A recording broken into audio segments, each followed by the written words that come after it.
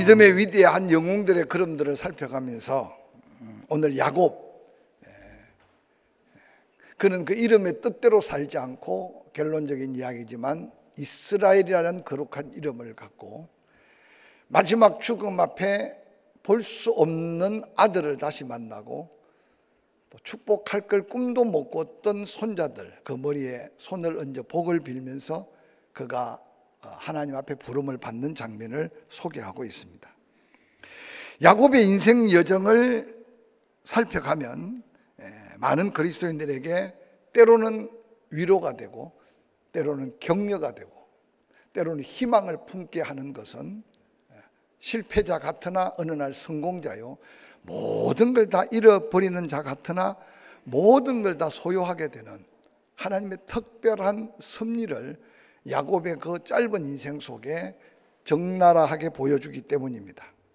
오늘 본문을 통해 믿음의 후손들이 야곱, 그에게 주어지고 그가 생각대로 버려두지 않고 하나님은 아브라함의 하나님, 이삭의 하나님, 그 아버지 이삭은 에서의 하나님이 되기를 인간적으로 기대했지만 하나님은 그의 운명을 바꿔서 야곱의 하나님으로, 또한 그도 인간의 생각대로가 아니라 성령의 감동대로 그 요셉과 그 아들들을 축복하고 있는 말씀을 성경을 통해 발견하게 됩니다. 믿음의 조상으로 야곱은 이스라엘로 믿음으로 살다가 끝까지 믿음을 지키고 죽고 마지막 죽음 직전 한없이 그 자손들을 축복하고 있는 그 믿음 뿐만 아니라 호흡이 다하는 그 순간까지 마지막 지팡이에 의지하며 힘이 다 빠질 때까지 여호와를 경배했다. 그래서 믿음의 후손들은 짧은 야곱의 일생을 한 줄로 표현하고 있지만 그 한 줄 속에 우리가 본받고 싶고 또 우리가 도전하고 싶은 믿음의 놀라운 역사를 보게 합니다. 파란만장했던 야곱의 일생, 그 일생 속에 끊임없이 간섭하시고 끊임없이 섭리하셨던 하나님의 그 놀라운 드라마 같은 운명의 전환점들을 한번 살펴가면서 우리의 삶이 어떤 파도를 타고 있든지 어떤 과정을 걷고 있든지 오늘날 약속하신 베델의 하나님이 야곱과 함께했던 그 믿음의 동행, 믿음의 함께함의 그 은혜를 잃어버리지 않기를 주의 이름으로 간절히 축원합니다. 인간 야곱, 절망할 수밖에 없고 실패라는 단어 앞에 포기할 수밖에 없는 상황을 우리는 기억하게 될 겁니다. 창세기 28장 10절 11절은 이렇게 기록하고 있어요. 야곱이 브엘세바를 떠나 화란으로 향하여 가더니 한 곳에 이르러 해가 진지라. 거기서 유숙하려고 그곳에 한 돌을 가져다 베게 하고 거기서 누워 잠을 청했다라고 기록합니다. 우리가 잘 아는 대로 그곳이 베델이죠.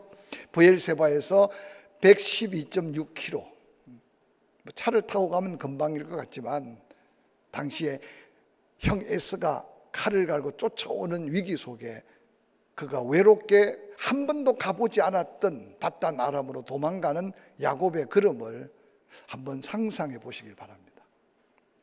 오늘 우리는 사실 한 번도 가본 적이 없는 좁은 길 천국을 향하여 달려가고 있는데도 어떤 때는 확신이 있어서가 아니라 때로는 무의미할 정도로 당당하거나 담대하게 달리고 있지 않는가 한번 상상해 보시기 바랍니다.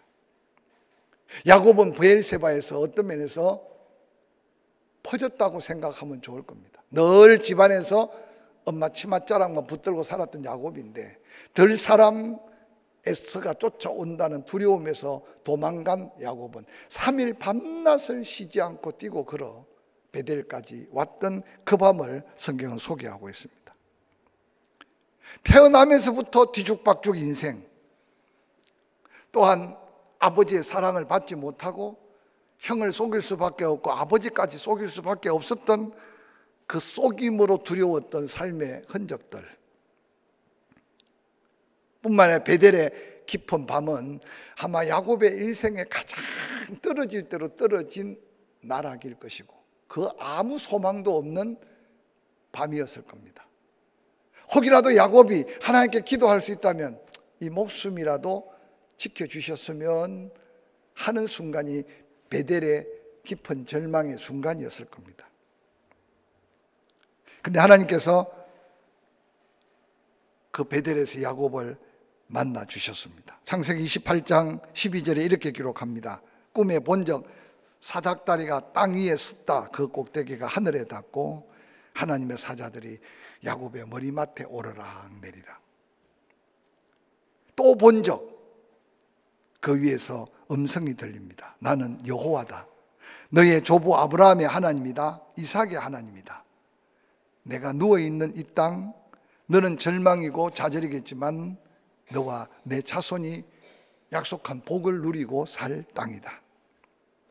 내 자손이 땅에 티끌같이 되어 내가 서쪽과 동쪽, 북쪽과 남쪽으로 퍼져가며 땅의 모든 족속이 너와 내 자손으로 말미암아 복을 받게 될 것이다. 한 번도 들어본 적이 없는 하나님의 음성에 기대하지 않았던 하나님의 축복의 약속. 15절은 그렇게 기록합니다. 내가 너와 함께 있어 내가 어디로 가든지 너를 지킨다. 너를 이끌어 이 땅으로 돌아오게 할 것이다.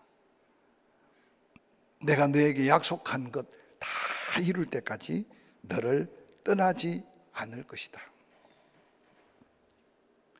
야곱이 그 하나님을 만나고 난 다음 입으로 고백한 게, 하나님 어떻게 여기까지 나 같은 존재 나를 찾아주셨습니까? 라고 말하면서 서원하게 됩니다.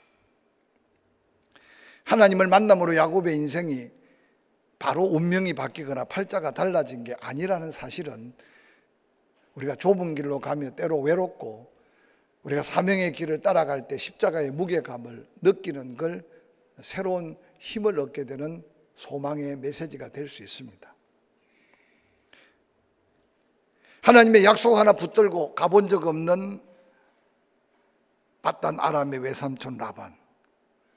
근데 놀랍게도 야곱은 그 하나님의 말씀대로 모든 게 평탄하고 형통할 걸 기대했지 모르겠지만 그가 형을 속이고 아버지를 속였던 것을 꼭 보응이라도 하게 하듯이 그에게는 엄청난 약속을 받기 위한 희생, 약속을 받기 위한 대가를 하나님께서는 밧단 아람에서 20년 동안 지불하게 하시는 하나님을 발견합니다. 창세기 29장 25절은 이렇게 기록하고 있습니다. 야곱이 아침에 보니 레아가 자기 품에 안겨 있습니다. 외삼촌 라반에게 따집니다. 어찌하여 내게 이같이 속이고 행합니까? 내가 라헬을 위하여 외삼촌을 섬기지 아니했습니까? 외삼촌이 나를 속임이 어찌입니까? 라고 탄식합니다. 야곱은 외삼촌에게 속임을 당하고 그 배신감을 가졌을 때 아마 그 형을 생각하는 마음이 있지 않겠습니까? 우리 인생에 아무리 양심이 마비가 되어 있어도 때로 내가 고통을 주면 누군가 고통을 받을 걸 생각하지 않지만 내가 고통을 받게 되면 그때 그분도 고통을 받았겠구나 라고 느껴지게 됩니다. 우리는 아픈 사람을 쉽게 위로할 수 있어요. 그러나 내가 똑같은 아픔을 경험하면 고통이 없겠구나, 두려움이 없겠구나 느낄 수 있을 겁니다. 야곱은 아마 하룻밤을 자고 난 다음 레아를 가슴에 품고 외삼촌 라반에게 따지는 그 심령을 한번 상상해 보시기 바랍니다. 더 나아가 창세기 29장 38절에 이렇게 기록합니다. 내가 이 20년을 외삼촌과 함께 하였거니와 외삼촌의 암양들이나 암염소들이 낙태하지 아니하였고 또 외삼촌의 양떼의 순양을 내가 먹지 아니하였으며 물려 찢긴 것은 내가 외삼촌에게 가져가지 아니하고 낮에 도둑을 만났든지 밤에 도둑을 맞았든지 외삼촌이 그것을 내 손에서 찾았으므로 내가 스스로 그것을 보충하였으며 내가 이같이 낮에는 더위와 밤에는 추위를 무릅쓰고 눈 붙일 겨를도 없이 지냈나이다. 내가 외삼촌의 집에 있는 이 20년 동안 외삼촌의 두 딸을 위하여 14년, 외삼촌의 양떼를 위하여 6년을 외삼촌에게 봉사하였거니와 외삼촌께서는 내 품삯을 10번이나 바꾸었다. 오늘 이 야곱의 이 20년의 세월이 하나님의 은혜를 누려가며 약속의 복을 받았지만 야곱 자신은 너무나 많은 희생의 값을 치렀다는 겁니다. 오늘 구원을 받고 값없이 구원받고 구원의 선물을 받고 난 다음 어떤 사람은 영적으로 성장하지를 못해요. 여러분, 구원은 은혜지만 믿음은 성령의 충만함의 은사로 더해질 때 감당할 수 없는 믿음의 역사를 경험할 수 있고, 구원은 거저 주신 하나님의 놀라운 은혜지만 구원받은 자가 누릴 약속된 축복을 받기 위해서는 때로는 그릇을 준비해야 되고 때로는 감당할 만한 믿음을 키워가기 위해 우리를 단련시키고 연단시키는 때를 믿음 안에 잘 넘겨야 됨을 기억하시기를 바랍니다. 대가를 지불한 야곱을 우리는 본문을 통해 한번 묵상해 가면서, 여러분 지난 인생 누군가를 섬기고 누군가를 사랑하고 누군가를 세워가고 한 영혼을 복음을 전해서 일꾼으로 만들어가면서 내가 어떤 수고, 어떤 희생, 어떤 값을 지불했는지, 여러분의 인생살이 속에 내가 뭔가 시간, 물질, 마음을 나눈 것이 가치 있는 크기로 하나님 앞에도 때로는 그 사랑을 입은 그들의 심령 속에 기억에 남는 값을 지불한 은혜 속에 사는 저와 여러분이 될 수 있기를 주의 이름으로 간절히 축원합니다. 야곱이 두 떼를 거느리고 약복강에 이르렀을 때 야곱은 또다시 홀로 남아서 하나님과 씨름하는 장면을 창세기 32장에 소개하고 있습니다. 창세기 32장 24절에 야곱이 홀로 남았습니다. 왜 함께 건널 수 없었을까요? 바로 해결되지 않은 인생의 문제, 형과의 문제가 아직도 야곱에게는 인생의 거침돌이었어요. 저는 늘 이 본문을 가지고 묵상할 때마다 끊임없는 질문이 있습니다. 하나님이 에서의 마음을 언제 만졌을까? 성경 그 어디를 봐도 에서가 에돔을 출발할 때 야곱을 그렇게 껴안고 자기 사는 곳에 야곱을 데리러 간 모습은 아니었던 것 같아요. 또한 야곱이 발빠른 사자를 그 먼 에돔까지, 지금 저 요르단 남쪽 에돔 광야가 있는 그곳에 에서가 살았는데, 다메섹에서부터 엘랏까지 남북으로 가로지르는 그 왕의 도로, 구약시대는 유일한 남북으로 가로지르는 도로인데, 그 먼 길을 에돔에 거의 가까이 왔을 때 이미 에서는 400명의 군사를 거느리고 야곱이 보낸 두 사자와 마주쳤어요. 성경 본문은 두 사자가 에서에게 무슨 말을 전했는지 기록에 남겨두지 않았어요. 에서가 두 사자에게 무슨 말을 했는지 기록에 남겨두지 않았어요. 기록에 남겨주지 않은 것은 아마 하나님의 강력한 섭리만을 보게 하려고, 듣게 하려고 성경은 우리에게 그렇게 표현하고 있지 않은가 생각할 수 있습니다. 그런데 두 사자가 야곱에게 와서 보고한 게 중요합니다.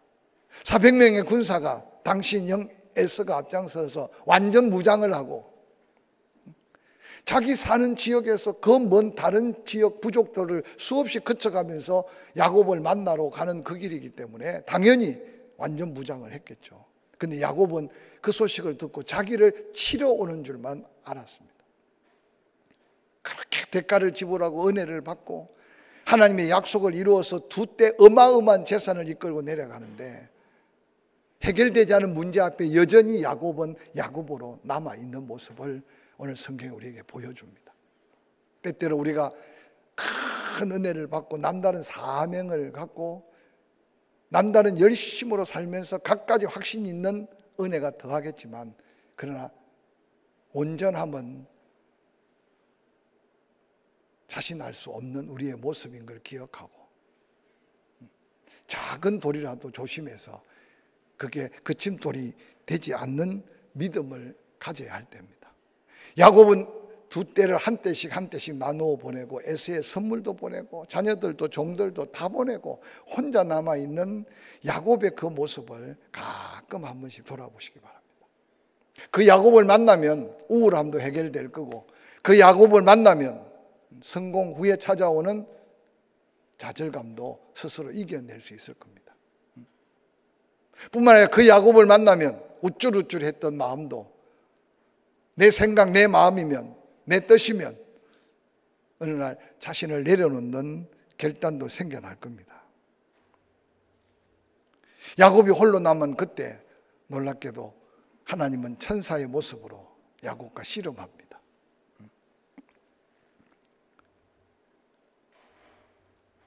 홀로 있게 하신 하나님이 야곱의 인생 한계를 보여주신 하나님이라고 한번 생각해 보시기 바랍니다. 20년 값을 다 치른 줄 알고 수고를 다 한 줄 알고 내가 뭔가 다 했기 때문에 내게 하나님 이 같은 복을 주셨다고 생각할 수 있는데 어느 날 그 같은 복을 받았으면서도 야곱은 여전히 야곱이었어요.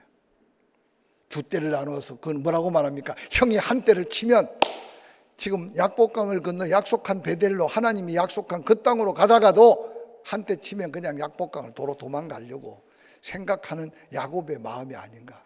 거기다가 형에 대한 선물, 자식들까지. 근데 야곱은 건널 수 없었어요. 그 밤에 야곱은 그 하나님의 천사와 씨름하면서 자신을 다시 한번 알게 됐어요. 아, 내가 이것밖에 안 되는구나. 아니, 하나님의 은혜 없이는 모든 걸 이루어도 이룬 게 아니구나. 그래서 야곱은 다시 붙들었던 게 하나님의 천사에 하나님 붙들듯이 붙들고 나를 축복하지 않으면 내가 놓지 않겠다고 외쳤던 야곱을 한번 기억해 보시기 바랍니다. 창세기 32장 26절에 야곱이 말합니다. 날이 세려하니 나로 가게 하라. 천사가 말합니다. 야곱이 천사에게 말합니다. 당신이 내게 축복하지 아니하면 가게 하지 않겠습니다. 오늘 우리의 삶에 크고 작은 성공 후의 좌절, 모든 걸 다 이루었다고 생각할 때 낙심, 그때 혹시 하나님이 혼자 조용히 다시 하나님 앞에 서라고 하는 하나님이 나를 홀로 있게 하심인 줄 한번 상상해 보시기 바랍니다. 야곱에게는 지금 물질도, 야곱에게는 지금 수많은 자녀들도, 야곱에게는 지금 그를 돕기 위해 함께 따르는 하인들도 아무런 도움이 되지 않았습니다. 혼자 있게 하신 분이 야곱 스스로인 것 같은데 하나님이 야곱을 다시 한번 붙들어 이스라엘 되게 하려는, 그래서 마지막 하나님이 약복강에서 그 이름을 바꾸어 줍니다. 내 이름이 뭐냐? 야곱입니다. 이제 너는 이 약복강을 건너고 가나안 땅에 가서 아브라함의 하나님, 이삭의 하나님, 야곱의 하나님이 아니라 이스라엘의 하나님이 되어야 된다. 너 이름을 이스라엘이라고 해라고 말합니다. 뭐 야곱의 일생을 다 더듬을 수 없지만 놀랍게도 약복강에서 야곱은 이름은 바뀌었지만 세겜의 유혹 앞에 빠져서 결국은 베델로 통회하며 올라간 베델에서 하나님이 바꿔준 그 이름으로 야곱을 하나님이 처음으로 이스라엘아라고 불러줍니다. 우리는 이미 천국 시민권을 예수 그리스도 때문에 받았어요. 거룩한 성도가 되었어요. 내가 볼 때 나는 목사고, 내가 볼 때 나는 장로고, 내가 볼 때 나는 구원받은 천국 백성인데 우리가 이런 고비고비를 이겨가면서 하나님이 그래 하고 야곱을 이스라엘로 불러주셨던 그 자리까지 당당하게 다시 한번 넘어져도 일어나고 낙심될 때 다시 붙들고 나아가는 저와 여러분이 될 수 있기를 주의 이름으로 간절히 축원합니다. 근데 야곱의 이 믿음을 훗날에 믿음의 후배들이 히브리스를 기록하면서 그 고난은 다 싹 빼고 야곱이 그 자녀들을 축복하는 것을 소개하고 있습니다. 그래서 저는 이 말씀을 묵상하면서 진정한 축복은 나의 과거, 옛 생각, 이 복잡다단한 스토리를 다 묻어놓고 내게 복 주신 하나님을 내가 축복의 통로가 되어서 축복할 수 있는 것이 야곱의 인생 운명의 놀라운 축복이 아닌가 생각해 봅니다. 야곱은 믿음으로 살았습니다. 그리고 영광스럽게 죽음을 맞이합니다. 히브리서 11장 22절, 믿음으로 야곱은 죽을 때 요셉의 각 아들에게 축복하고 그 지팡이 머리에 의지하여 여호와 하나님을 경배했다. 야곱이 요셉의 두 아들을 애굽에 가서 축복하는데 뭐라고 고백합니까? 나 너 죽은 줄 알았어. 요셉 죽은 줄 알았는데 이 두 아들은 누구냐? 내 아들입니다. 아들까지 낳았냐? 저는 아직 손자가 없어서 손자의 감격을 모르겠는데 야곱에게 요셉이 낳은 그 므낫세와 에브라임 얼마나 야곱에게 감격이었겠어요. 그래서 할아버지에게 인사를 시키고 할아버지 품에 있는 두 아들을 떼내어 경배하게 무릎 꿇고 절하고, 그리고 아버지 야곱에게 요셉이 축복을 구합니다. 아버지, 나를 축복하는 것보다 내 두 아들을 축복해 주십시오.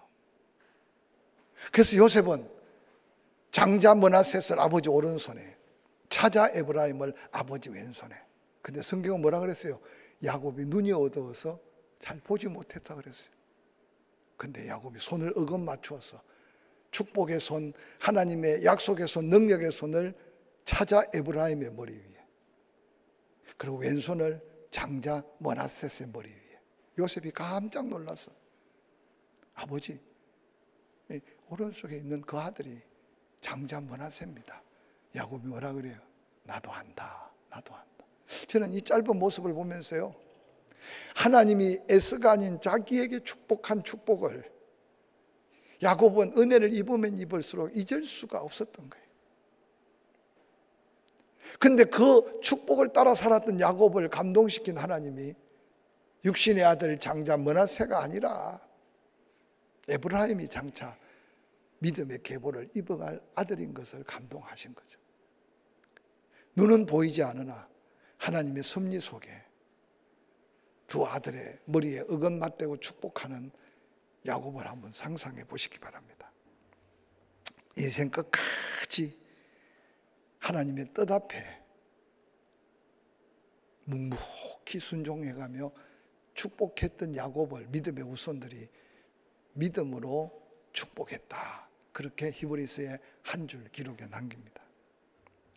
가장 아름다운 야곱의 일생의 운명의 전환은 마지막 죽음의 순간,